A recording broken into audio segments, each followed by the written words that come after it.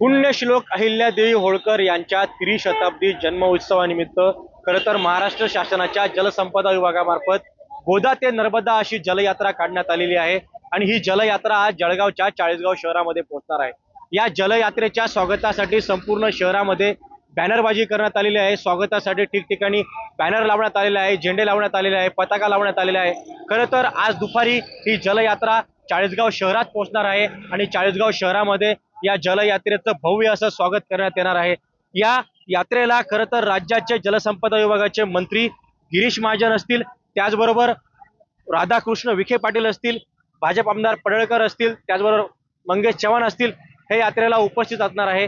संपूर्ण राज्यातील 30 नद्यांचं जल जे आहे ते कलशामध्ये एकत्र करून ही यात्रा मध्य प्रदेशच्या नर्मदेवर जाणार आहे आणि खरं तर त्या नर्मदेच्या तीरी हे संपूर्ण जल सोडण्यात येणार आहे। आज ही यात्रा चाळीसगाव शहरात येणार आहे आणि चाळीसगाव मधून ही यात्रा धुळ्याकडे प्रस्थान करणार आहे। थोड्याच वेळात या यात्रेला खरं तर चाळीसगाव मध्ये सुरुवात होणार आहे। खेमचंद कुमार, टीव्ही 9 मराठी, चाळीसगाव, जळगाव।